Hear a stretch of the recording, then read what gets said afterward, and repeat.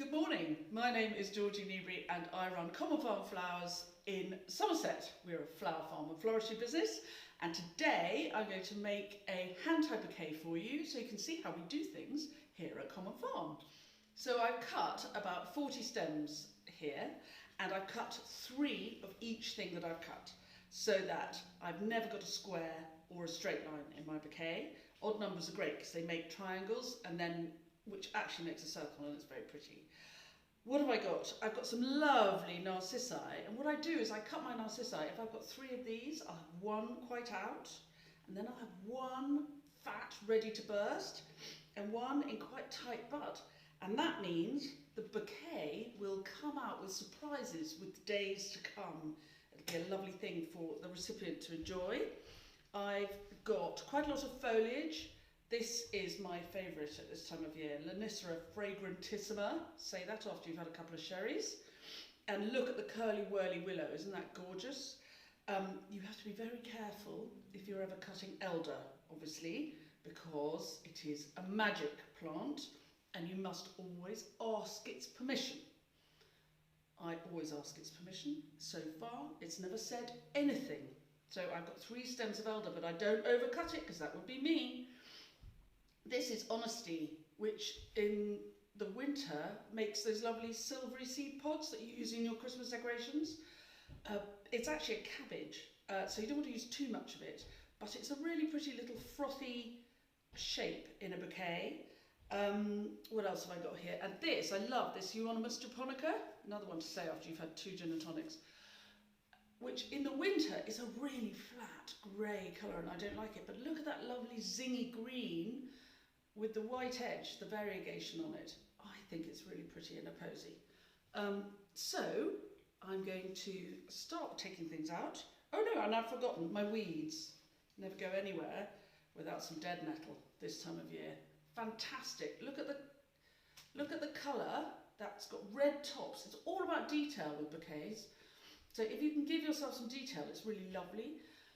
These have got dark red tops and these gorgeous white flowers. They're not stinging nettles, they're dead nettles. And when you cut them, they've got the most fantastic green scent. And if you allow them in your garden, they are the most amazing forage for bees. So be generous and have some in your garden for your bees and for your cut flowers. Right, should we do some floristry? Right, so shall I make the bouquet? First of all, I think it's always a good idea to start with a bit of foliage. Make yourself a bit of a nest of foliage. So another one I really love is this gorgeous ceanothus. The Americans call it Dusty Miller, and it's lovely in a bride's bouquet. Again, it's a really nice little velvety feel. But a silver's always good in a bouquet. And what I'm doing is every time I add a stem, I must do this slowly and carefully so you understand. Every time I add a stem, I'm using my left hand, because I'm right-handed, as a loose clamp. So I'm loosely clamping my stems in my left hand, and every time I add a stem, I'm going to go in at a gentle 45-degree angle, and I am then going to make a quarter turn twist. Don't argue with me, just do it. And I promise you, at the end, you will end up with that nice floristy twist. So a bit more greenery. I'm going to have a bit of dead nettle. So gentle 45-degree angle, quarter turn. You see I'm already getting the floristy twist. Now I'm going to start having some flowers. Oh, look at these tulips. This is something emperor. 45-degree angle, quarter turn. And now it doesn't really matter what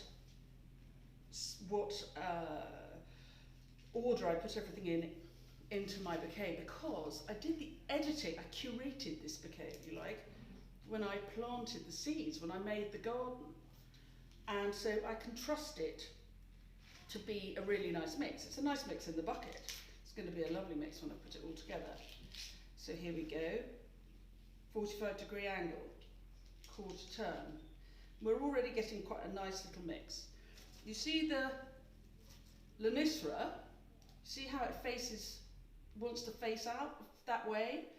If you put it facing out of the bouquet, you will then only see the back of the leaves. So put it facing into the bouquet when you look down on the bouquet, you'll see it.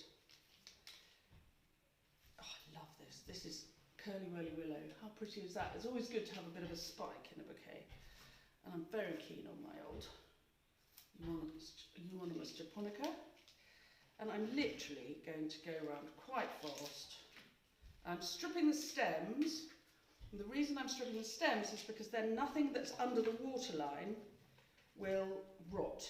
It's very important with cut flowers to keep the water clean. That's why flowers rot quickly when they're in water.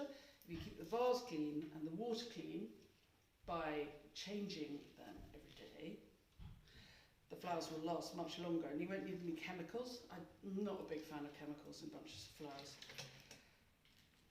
More different tulips. Where are my little, oh look, yes, here. These are last year's ballerina.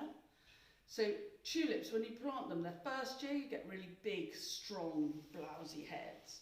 If you leave them in the ground, the following year often they're a bit smaller and a bit more delicate. So they're not big wow factor flowers, but they are very pretty. I think that's really attractive. So I've got a few of those to tuck in. Round we go. And again, you see my daffs? I'm facing them into the bouquet because then when they come out, you'll see them. I love a bit of dark red foliage. Do you see what it does to the mix? And I keep whizzing round. Always strip your stems. And because I cut exactly what I need, I would really recommend, if you're going to go and cut a posy, make a list before you go. Cut ballpark, it's not an exact science, a third foliage, a third filler, and a third accent flowers. These are my accent flowers today, my lovely tulips. And then it will take much less time for you. I love this, but it's very heavy, so I'm going to strip quite a lot of it off, because I want the silver in the mix. I don't want a great fat, heavy bit of cineraria. But it's very nice with the dark colour of the elder leaf. And keep on going. Oh look, I forgot about my lovely anemones. See, it's full of surprises, even for the person who cut them. Strip your stems. And you see how having the bouncy willow gives real life to it. I don't like bouquets when they look stilted and stiff. I don't like bouquets, anyone who's been on one of our workshops will know that I say I don't like bouquets that look as though they're a motorbike helmet that you can knock somebody out with. I want life in my bouquets. There we are. We're really getting somewhere. This is lovely Talia. Isn't she gorgeous? She's a real winner. So I've got her fully out because she's so pretty in the mix. And then I've got her less fully out, so she'll be a present for tomorrow. And less fully out here. So things to come out in a bouquet is always a good idea. On we go. The crabapple blossom, I reach up into the top of the tree and I pull the crabapple blossom down because I don't want the tree to get too tall for me to be able to get the good bits. So that's where I cut my crabapple blossom from. I'm nearly done. And I'm just going to use, you see how, actually I'm going to call it a day because I can't really fit any more in my hand. I'm going to use up these little pointy ballerinas. And I'm going to use that last curly whirly willow. I like the way they're all together in a garden. In a garden, things grow in one place. So it's quite nice to have things together in a bouquet. And then I'm going to use these last bits of winter flowering honeysuckle to frame the bouquet. So look, go facing in. Same here. Facing in, and that way you'll be able to see them. There we are. And I'm afraid my poor old cowslips, which are sweet, but they're very short stemmed, I'm not going in yet. Soon the cowslips will be taller. And then I've got a bit of raffia, and I'm just going to, raffia is great because it doesn't slip and it doesn't bruise the stems. So now I've gone right round twice and I can let go and tie it up. And I'm not having to lay the bouquet on the table. I hate it when I see people laying bouquets on tables. You're going to bruise those beautiful flowers. Don't want to bruise anything. There she is. I'm afraid I anthropomorphise everything. And then I'm just going to snip off. Be careful you don't cut the ends of your fingers off at this stage. I'm going to snip my stems off. Next time I do this, I'll have a bucket full of compost. And I'm going to get them nice and straight because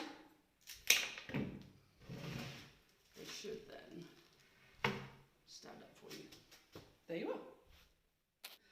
So before we go any further, for more of these jolly little chats, please like and subscribe to our channel, and don't forget to hit the bell icon so you'll get a notification next time we do a little video. And now the difficulty if you do this is that I'm afraid it becomes a little bit obsessive, and all the other things that you do that go with it become a little bit obsessive. So I'm afraid you'll end up, when we're allowed out again, you'll end up spending a lot of time in haberdashers buying different nice bits of ribbon. Personally, I have a thing for a Petersham ribbon or a grosgrain ribbon. Love it when it's a bit grizzly like this. And you end up being able to tie a nice ribbon and a card saying, "Dear so-and-so, happy birthday, love from your friend down the road." And they look really, really pretty. It's always fun doing this back to front. There we are. A lovely bouquet, fresh from the garden, and we are the 31st of March. So if that's what we can get in Somerset on the 31st of March, go and have a look in your garden and see if you can do even more than the hashtag 30 stem challenge, which people have been doing this week. Anyway, have a lovely time. See you later.